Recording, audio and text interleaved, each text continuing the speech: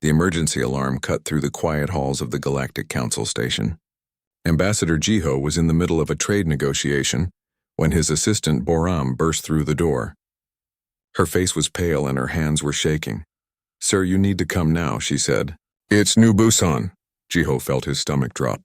New Busan was a human colony world, home to over 300,000 people. His sister lived there with her family. He followed Boram to the communication center, where other human staff members were gathered around the screens. What he saw made his blood run cold. The transmission was from a cargo ship that had jumped into the New Busan system. The entire planet was burning. Cities that once glowed with lights were now just craters. The oceans were boiling. The atmosphere was filled with ash and radiation. There were no distress signals. No survivors, no colony, just death. The cargo captain's voice cracked as he spoke. "The whole planet is gone. Sensors show weapon signatures. Military grade. This wasn't an accident. Someone did this on purpose." Jiho stood frozen. 340,000 people gone, his sister, his nephew, his friends. All of them turned to ash in seconds. "Who?" he asked quietly. "Who did this?" The answer came an hour later. The Kravith Empire proudly announced they had successfully tested their new planetary weapon system. They chose an insignificant human colony as their test target. In their broadcast, they thanked the Galactic Council for their understanding and promised to choose uninhabited worlds for future tests. The other human diplomats were crying. Some were angry, some were in shock. Jiho felt nothing. His mind was completely calm, and that scared him more than anything. "Call everyone," he said. "Every human representative in the galaxy. I want them here in 6 hours."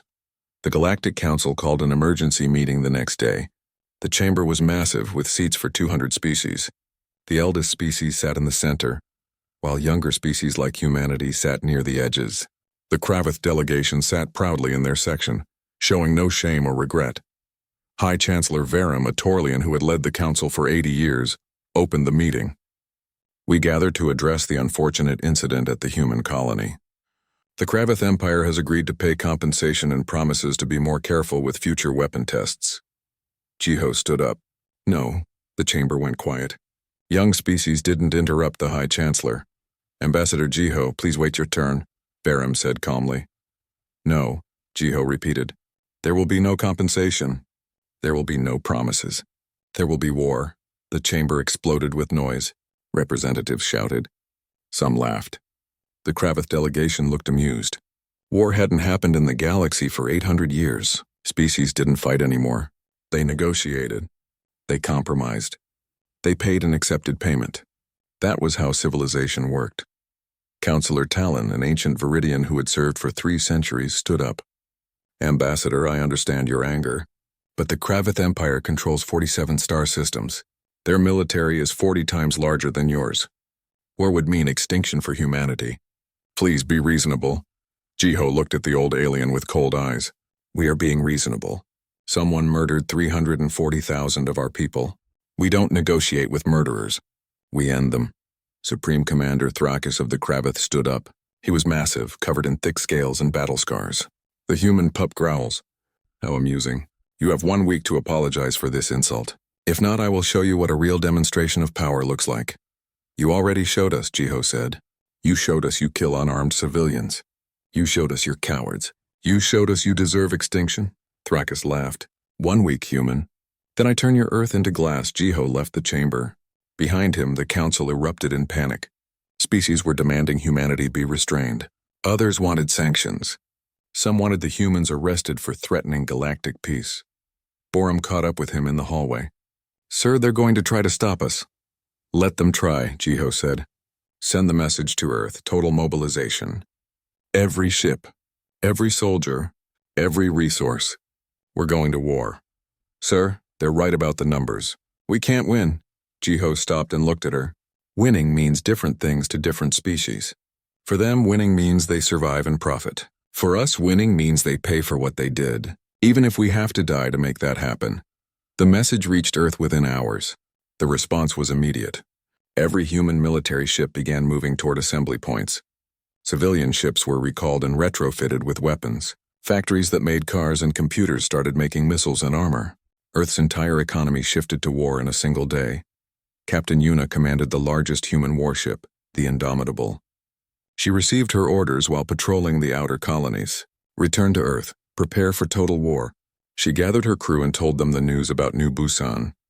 Many of them had family or friends on that colony. When she finished speaking, not a single person asked about the odds or the danger. They just asked when they would leave.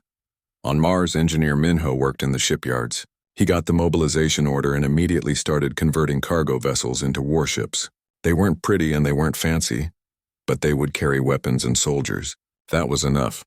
Dr. Sora worked in Earth's Xenobiology Research Center. She received a classified order. Study every known fact about Kravath biology. Find weaknesses. Find anything that could be used as a weapon. She worked without sleeping, going through centuries of research. Back on the Council Station, 47 species signed a formal warning to humanity. It demanded Earth stand down and accept Council arbitration. Ambassador Jiho received the document during a broadcast. He held it up for the cameras, then set it on fire.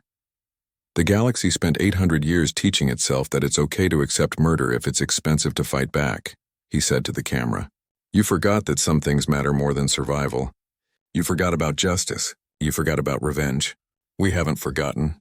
We will teach you to remember. He dropped the burning paper. The Kravath murdered our children. Now we will murder their empire. This is the New Busan Doctrine. Any species that commits genocide against humans will face total war. No negotiations, no mercy, no exceptions. We will fight until either we are extinct or you are. Those are the only two options. The broadcast ended. The galaxy watched in horror. Humanity had declared that it would rather die fighting than live accepting atrocity. To the ancient species, this was insanity. To the younger species, it was something they had never seen before. A civilization with a spine.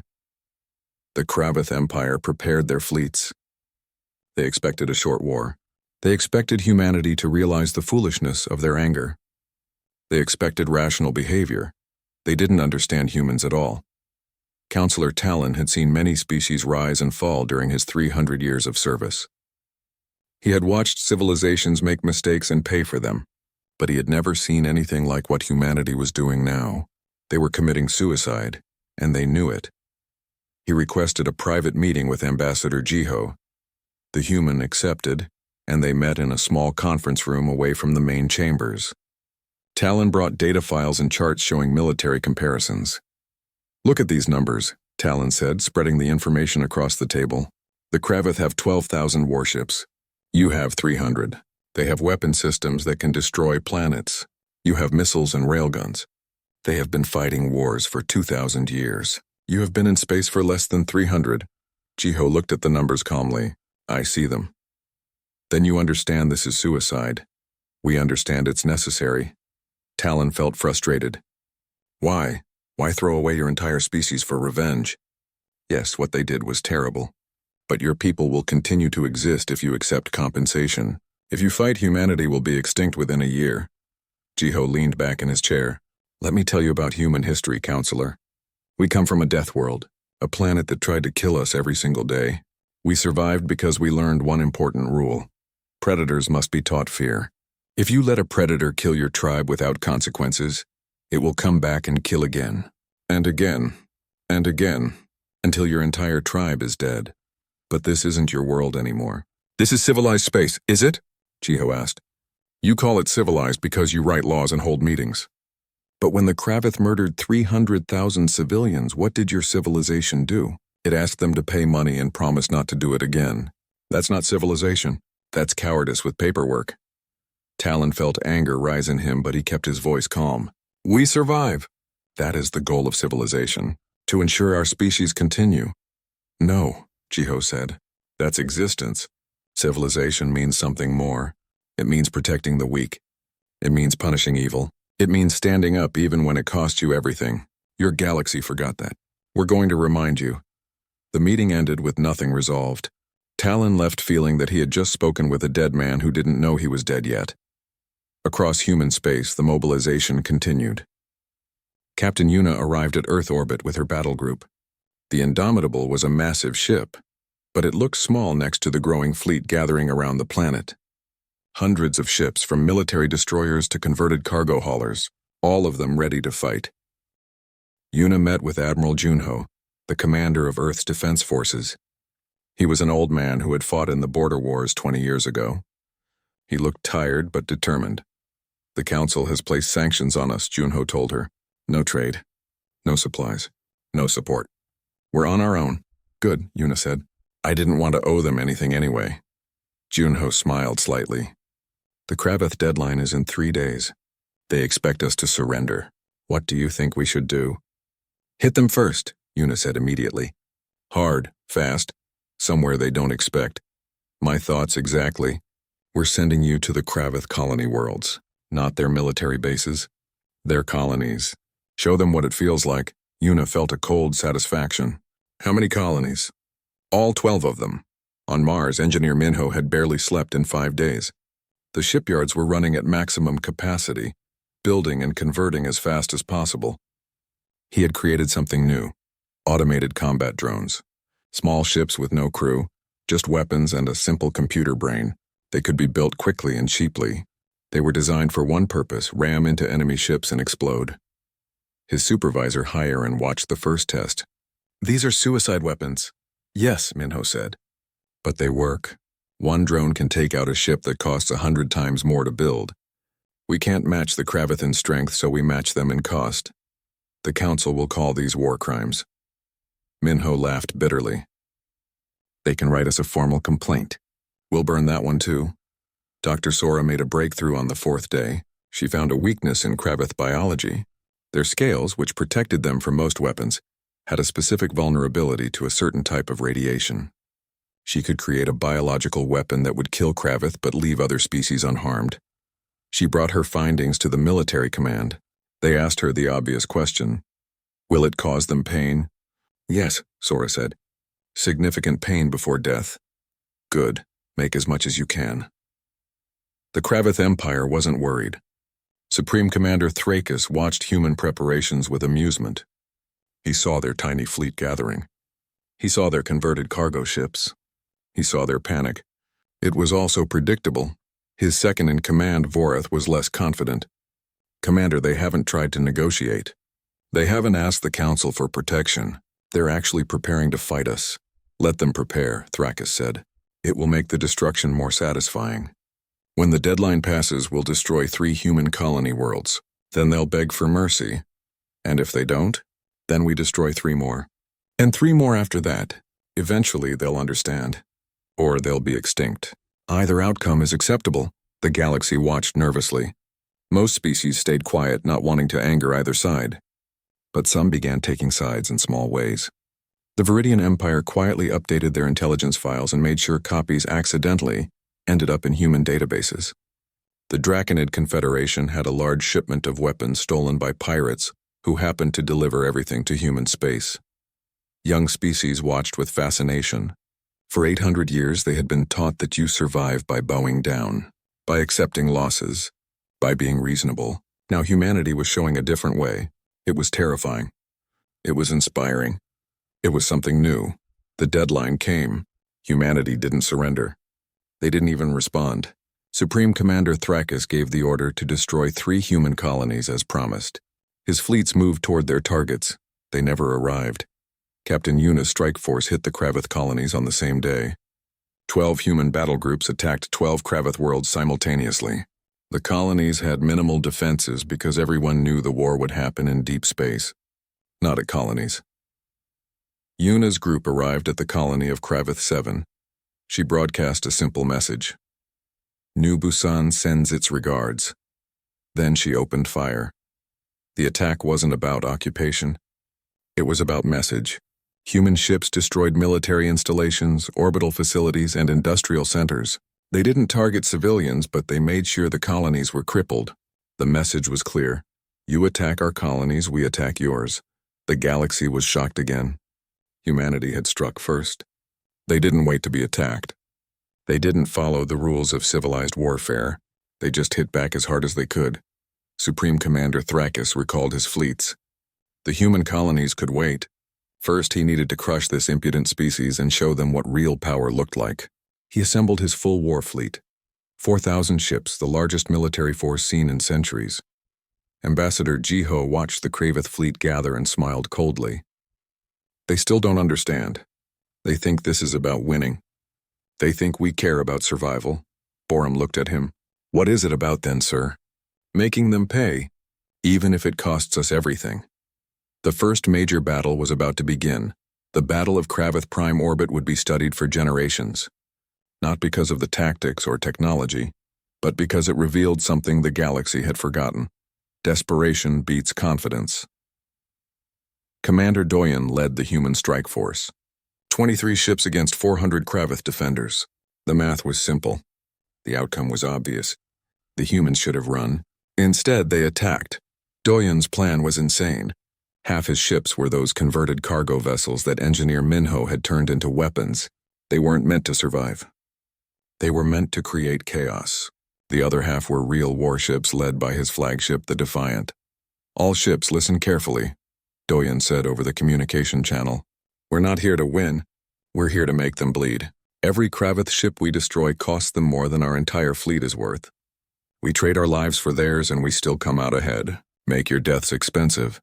The Kravith commander, Admiral Veskith, watched the human ships approach. He was confused. Why would they attack with such small numbers? Where was the rest of their fleet? This had to be a trick. It wasn't a trick. It was something worse, commitment. The battle began when Doyen fired the first shot. His railgun round punched through a Kravith destroyer's shields. Before the Kravith could respond, Minho's suicide drones launched from the cargo ships. Hundreds of small, fast targets swarmed toward the Kravith fleet. The Kravith point defense system started shooting. They destroyed dozens of drones, then hundreds. But there were thousands, and they only needed to reach their targets. When the first drone hit a Kravith cruiser, it exploded with the force of a tactical nuclear weapon. The cruiser broke apart. Then another hit. And another chaos spread through the Kravith formation. They were trained for honorable fleet battles, ship against ship. They weren't prepared for an enemy that turned cheap drones into guided missiles. They weren't prepared for an enemy that didn't care about losses. The human warships moved in while the Kravith were distracted. They targeted damaged ships and command vessels. They used cyber warfare to jam communications and turn Kravith targeting systems against their own ships.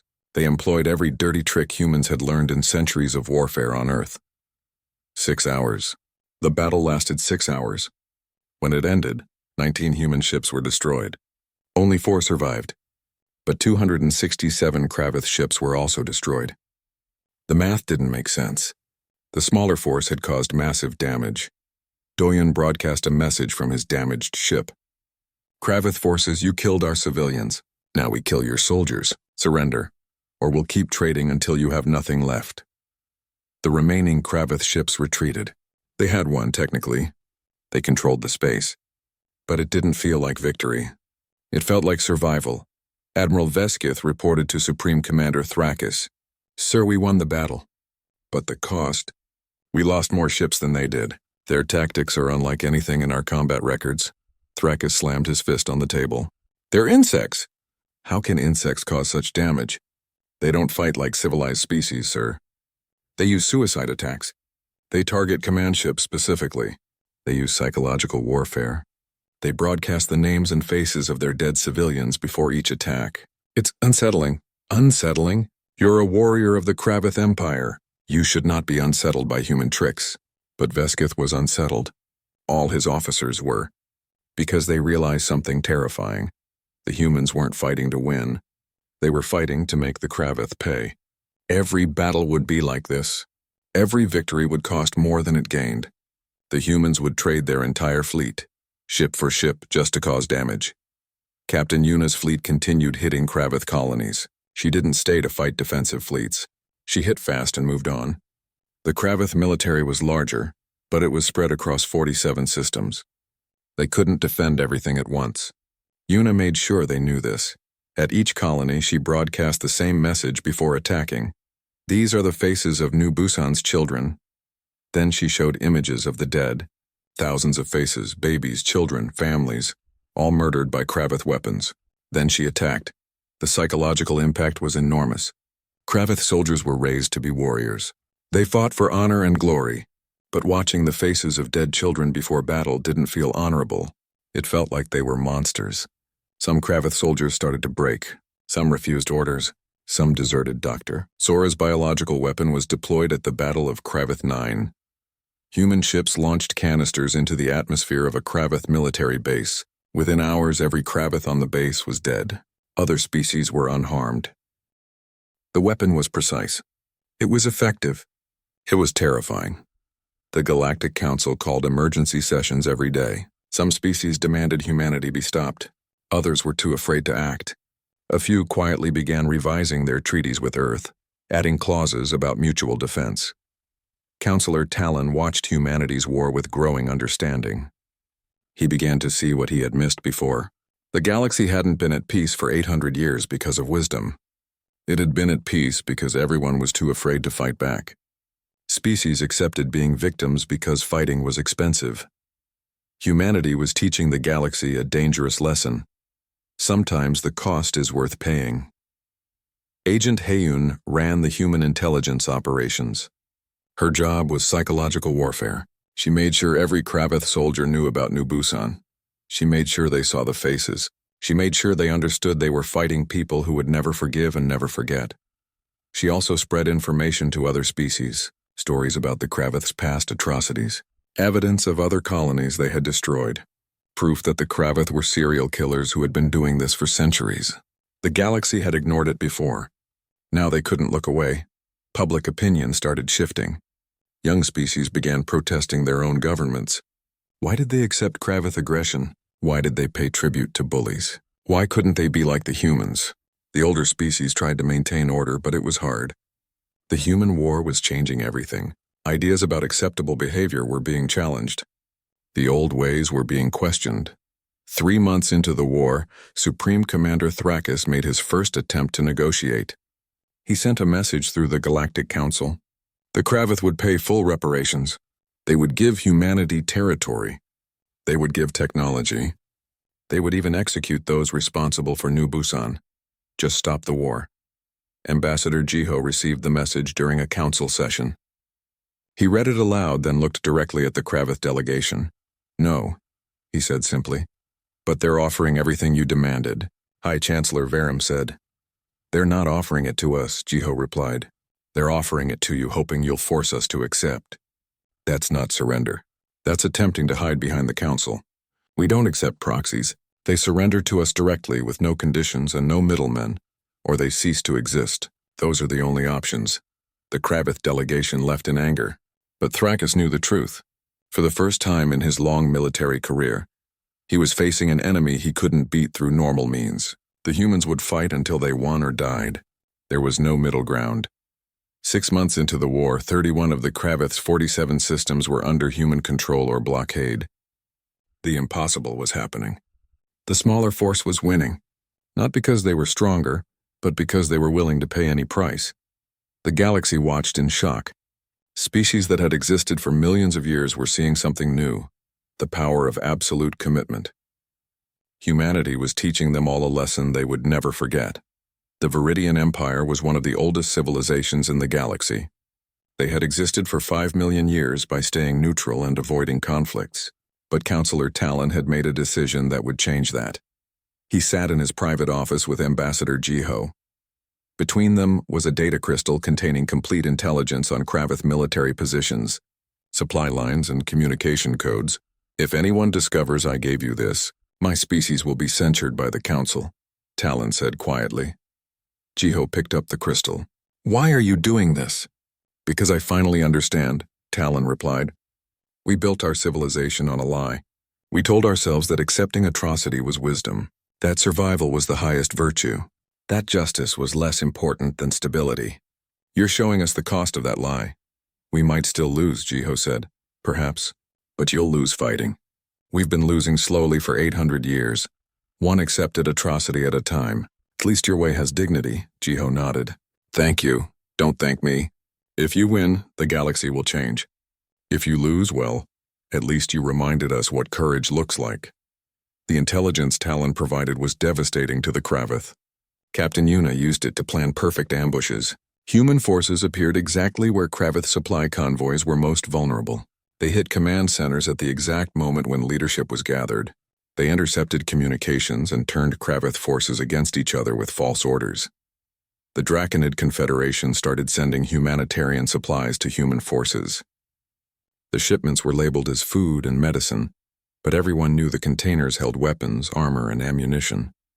The Draconid ambassador Kesh was asked about this at a council meeting.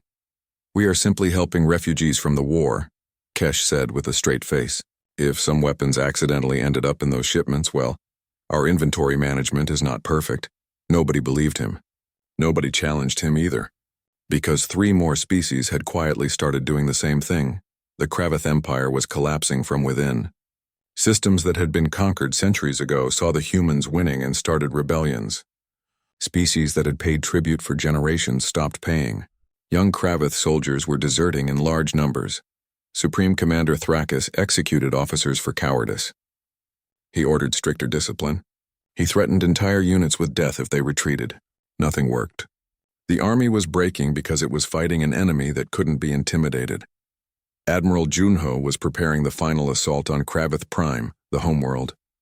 He gathered every remaining human ship. 200 vessels, including the damaged ones that could barely fly. This was everything humanity had left. If they lost this battle, Earth would be defenseless. Captain Yuna was given command of the assault fleet. She stood on the bridge of the Indomitable and looked at her crew. Most of them had been fighting for 6 months straight. They were tired. Some were wounded. All of them had lost friends or family, but none of them wanted to stop. "I won't lie to you," Yuna told them. "This is the most dangerous mission of the war. The Kravith have 500 ships defending their homeworld. We have 200. Many of us won't survive. But if we win, we end this. We make them pay for what they did. We show the galaxy that monsters can be defeated." Her crew cheered, not because they thought they would survive, but because they knew their deaths would mean something. On Earth, people watched the preparations. Cities held memorials for New Busan. Families said goodbye to soldiers who might not return. Children drew pictures of spaceships to send to the fleet. Everyone understood this was the final battle. Win or lose, the war would end at Kravith Prime. Engineer Minho had built one last weapon. He called it the Hammer. It was simple. Take an asteroid, attach engines to it, and accelerate it to near light speed. The kinetic energy would be devastating. The Kravith shields could stop energy weapons, but they couldn't stop mass traveling at relativistic speeds. Dr. Sora had refined her biological weapon. The new version worked faster and was more painful. Some human commanders were uncomfortable with how cruel it was. Sora reminded them of New Busan. Nobody objected after that. Agent Hyen prepared the final propaganda broadcast. It would show every Kravith atrocity from the past 200 years. Not just New Busan, but dozens of other colonies and species they had destroyed. The galaxy would see the complete truth of what the Kravith Empire really was. The human fleet arrived at Kravith Prime. 500 Kravith warships waited in defensive formation. The planet's shields were at maximum power. Orbital weapons platforms surrounded the world. It was the most defended position in the galaxy. Captain Yuna opened communications on all frequencies. "Kravith Empire, this is your final chance. Surrender every member of your military command who participated in the New Busan massacre. Submit to 50 years of human oversight. Reduce your military to defense-only forces. Accept these terms in the next 24 hours, or we will demonstrate that your shields are irrelevant." Supreme Commander Thrakis responded personally. "You are outnumbered. You are outgunned. You are insects threatening a titan. I will enjoy watching your fleet burn." 24 hours, Yuna repeated. "Count them carefully." The Kravith prepared for battle. Their military analysts calculated that the humans were bluffing. The shields had never been breached in 1,000 years. Humanity didn't have weapons powerful enough to break them. This was desperation, not a real threat. They were wrong. 24 hours passed. The Kravith didn't surrender. Captain Yuna gave the signal. Engineer Minho's hammer launched from a human ship. The asteroid, accelerated to 0.7% of light speed, crossed the distance in seconds. It hit an uninhabited plateau on Kravith Prime. The impact released energy equivalent to 1,000 nuclear weapons. The shockwave was visible from space. The ground shook across the entire planet. Cities hundreds of miles away felt buildings shake. The shields had done nothing.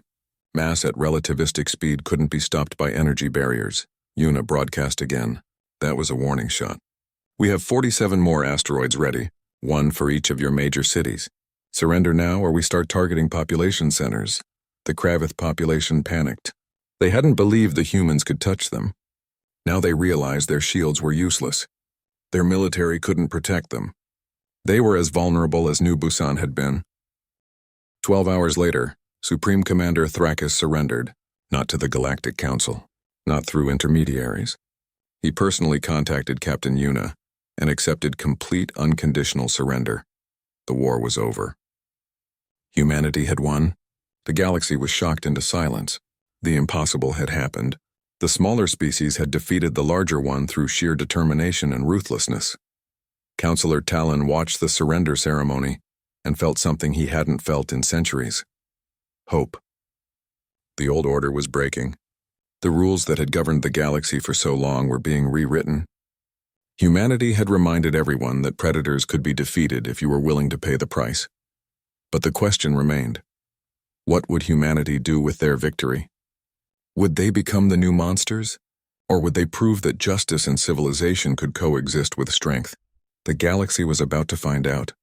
Supreme Commander Thrakis stood in chains on the deck of the Indomitable. Around him were 73 other Kravith officers, all of them responsible for planning or executing the New Busan massacre. They were being transported to Earth for trial. Captain Yuna watched them with cold eyes. Some of the Kravith looked defiant. Others looked afraid. Thrakis looked broken. For the first time in his life, he had been defeated. Not just militarily, but completely. His empire was gone. His reputation was destroyed. His species would remember him as the commander who lost everything. Why didn't you just kill us? Thrakis asked Yuna. Why the trial? Why not just execute us and be done with it? Because we're not like you, Yuna replied. We don't murder without justice. You'll get a fair trial. If you're guilty, you'll be executed. If you're innocent, you'll go free. That's the difference between us, Thrakis laughed bitterly. Fair trial? Your species has already decided we're guilty. Then prove you're not, Yuna said. We'll listen to evidence. We'll hear witnesses. We'll follow our laws. That's more than you gave the people of New Busan. The trials were held on Earth and broadcast across the galaxy. Every species watched. The proceedings were careful and thorough. Human lawyers presented evidence. Kravith lawyers defended their clients. Witnesses testified. Documents were examined. Nothing was rushed. Nothing was hidden. Ambassador Jiho insisted on complete transparency. The galaxy needs to see that we meant what we said. This isn't revenge. This is justice. There's a difference. Of the 74 Kravith officers on trial, 68 were found guilty. 5 were found innocent and released. One case was declared a mistrial due to insufficient evidence. The galaxy was stunned. Humanity had won the war, held all the power, and still followed their own laws strictly. The executions were carried out publicly, not as entertainment, but as evidence. The galaxy watched as the guilty officers were executed humanely and quickly. There was no torture, no cruelty, just the implementation of justice. Supreme Commander Thrakis was the last to die. Before his execution, he was allowed to speak. I underestimated you, he said, looking at the human witnesses. We all did. We thought you were weak because you were small.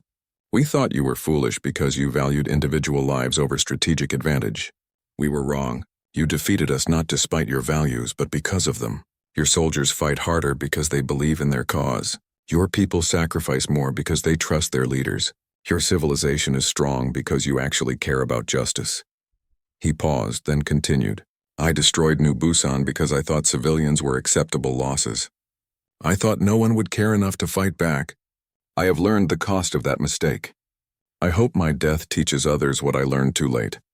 Humanity does not forgive atrocities, and they will not stop until justice is served. Thrakis was executed. The trials were over. Now came the harder part, building peace. The Kravith Empire was divided. Systems that had been conquered were given independence if they wanted it. The Kravith homeworld and a dozen loyal systems remained under Kravith control, but their military was reduced to defense-only forces. Human observers would monitor their compliance for 50 years. Counselor Talon helped draft the new agreement. He made sure it was fair but firm. The Kravith would pay reparations, but not so much that it destroyed their economy. They would lose their offensive weapons but keep enough to defend themselves. They would be supervised but not enslaved. You could have destroyed them completely, Talon said to Ambassador Jiho. Why didn't you? Because that would make us monsters too, Jiho replied. We wanted justice, not genocide. The Kravith species isn't evil. Their leadership was evil. Now they have new leadership and a chance to be better. The Galactic Council called a special session 1 year after the war ended. Ambassador Jiho was invited to address them. He walked to the center of the chamber, where the High Chancellor usually stood. The symbolism was clear. For 800 years this council has maintained peace, Jiho began. But it was peace built on accepting atrocity. Species learned to tolerate being victims because fighting back was expensive. Predators learned they could murder with impunity, as long as they paid compensation afterward. That era is over. He looked around the chamber at all the alien faces. Humanity announces the new Busan Doctrine.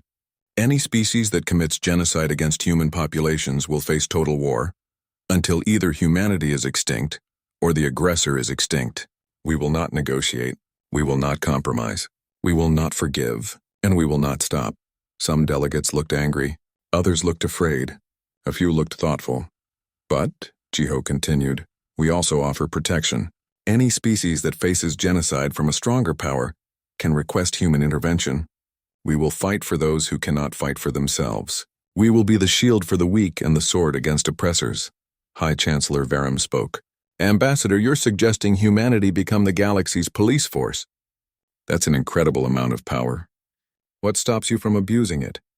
The same thing that stopped us from exterminating the Kravith, Jiho said. Our values. We don't want power. We want justice. If we ever abuse that responsibility, then you'll have the right to stop us. Just like we stopped the Kravith, the Council voted. The new Busan Resolution passed with only 12 species voting against it. Genocide was now a capital offense for entire species, not just individuals. And humanity was designated as the enforcement mechanism. 3 smaller species immediately requested human protection. They had been paying tribute to larger aggressive neighbors for generations. Now they saw a way out. Captain Yuna's fleet was dispatched to establish defense positions in their systems. The aggressive neighbors suddenly became very polite. On the rebuilt colony world of New Busan 2, a memorial was constructed. It had 340,000 names carved into black stone.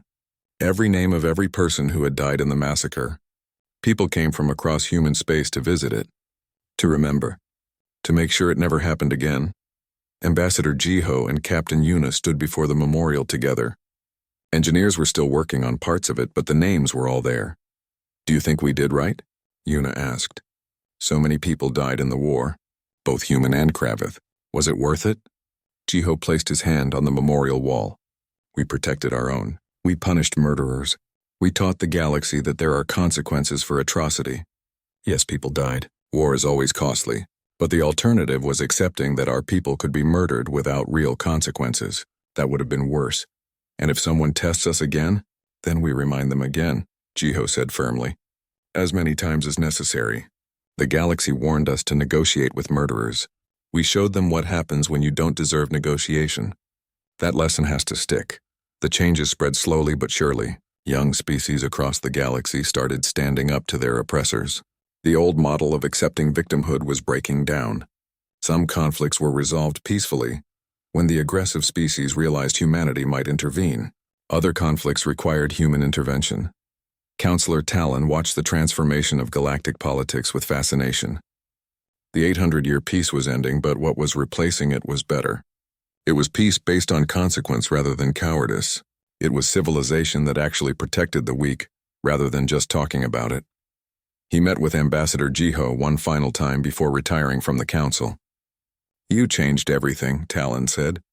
The galaxy will never be the same. We didn't want to change the galaxy, Jiho replied. We just wanted justice for our dead. But I suppose justice has a way of spreading.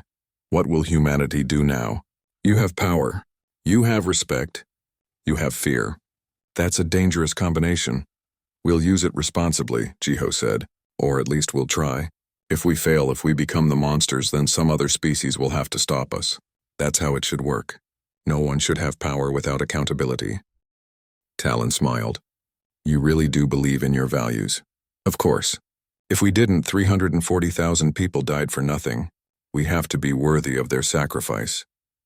10 years after the war, the term "going New Busan" entered galactic vocabulary.